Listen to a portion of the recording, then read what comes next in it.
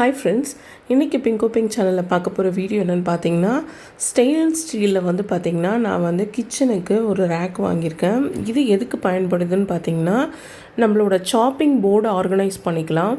அதுக்கப்புறம் நம்ம தோசை தவா அந்த மாதிரி கொஞ்சம் ஹெவியாக இருக்கிற வெயிட் ஹெவியாக இருக்கிறத நம்ம வச்சு இதில் ஆர்கனைஸ் பண்ணிக்கலாம்.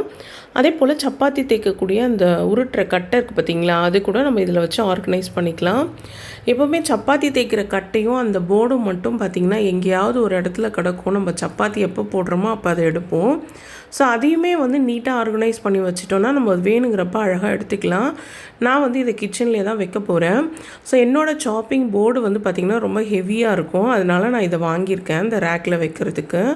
இது நான் மீஷோலேருந்து தான் வாங்கியிருந்தேன். இதில் ஒரு டிஸ்அட்வான்டேஜ் என்னன்னு பார்த்தீங்கன்னா, எனக்கு இதுக்கு இந்த ஸ்டாண்டோட புஷ்ஷு வரல.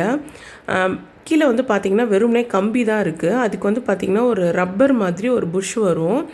ஸோ அந்த புஷ் இருந்ததுன்னா உங்களுக்கு கீழே நம்மளுக்கு சர்ஃபேஸில் நிற்கும் போது நல்ல ஸ்டர்டியாக இருக்கும்.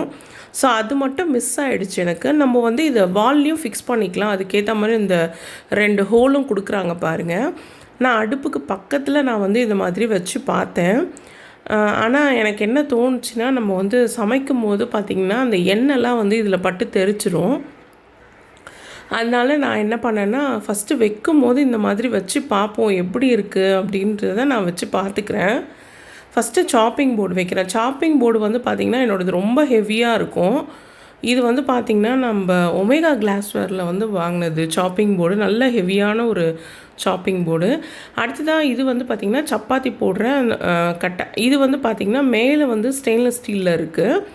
பேக் சைடு பார்த்திங்கன்னா வுட்டு இருக்கும். அந்த ஸ்டெயின்லெஸ் ஸ்டீலை மடித்து அதை ஃபிக்ஸ் பண்ணியிருப்பாங்க. அடுத்ததாக சப்பாத்தி உருட்டுற அந்த ரோலிங் பின்னு.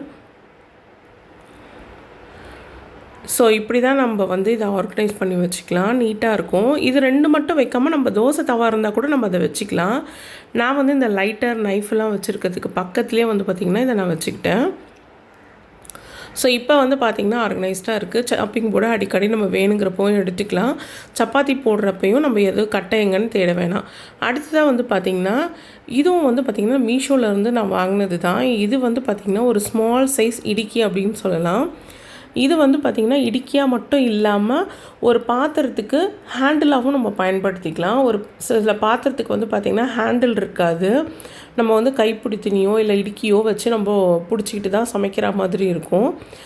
அந்த மாதிரி பாத்திரங்களுக்கெலாம் இதை நம்ம ஹேண்டிலாக பயன்படுத்திக்கலாம். இது பார்த்திங்கன்னா அளவு பார்த்திங்கன்னா ஸ்மால் சைஸு. அதோட வாய் பகுதியும் பார்த்திங்கன்னா சின்னதாக இருக்கும்.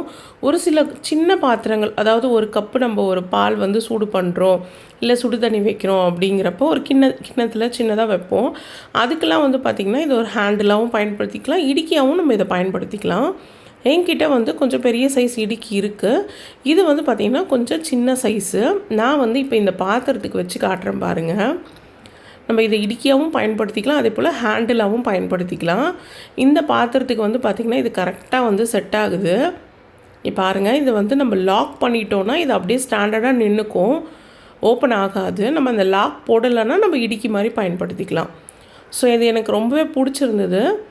ஹேண்டில் கம் இடுக்கி அப்படின்னு சொல்லலாம். ரொம்பவே சூப்பராக இருக்குது. நான் இப்போ உங்களுக்கு இன்னொரு குட்டி பாத்திரத்தில் சுடு தண்ணி நான் வச்சுருக்கேன் பாருங்கள். இப்போ நான் இது இடுக்கி மாதிரி பயன்படுத்துகிறேன். ஸோ ஜஸ்ட்டு நம்ம இதை டைட்டாக இப்படி ப்ரெஸ் பண்ணி பிடிச்சிக்கிட்டா போதும். ஒன்றுமே ஆகலை பாருங்கள், நல்லா டைட்டாக பிடிச்சிக்குது. ஸோ இந்த இடுக்கி எனக்கு ரொம்பவே பிடிச்சிருக்கு. நான் சுடு தண்ணி வர காஃபி போடுறதுக்காக நான் சுடு தண்ணி வச்சுருந்தேன். ஸோ அதை பார்த்திங்கன்னா இந்த ஒரு குட்டி இடுக்கி வச்சு தான் நான் இப்போ பயன்படுத்தியிருக்கேன்.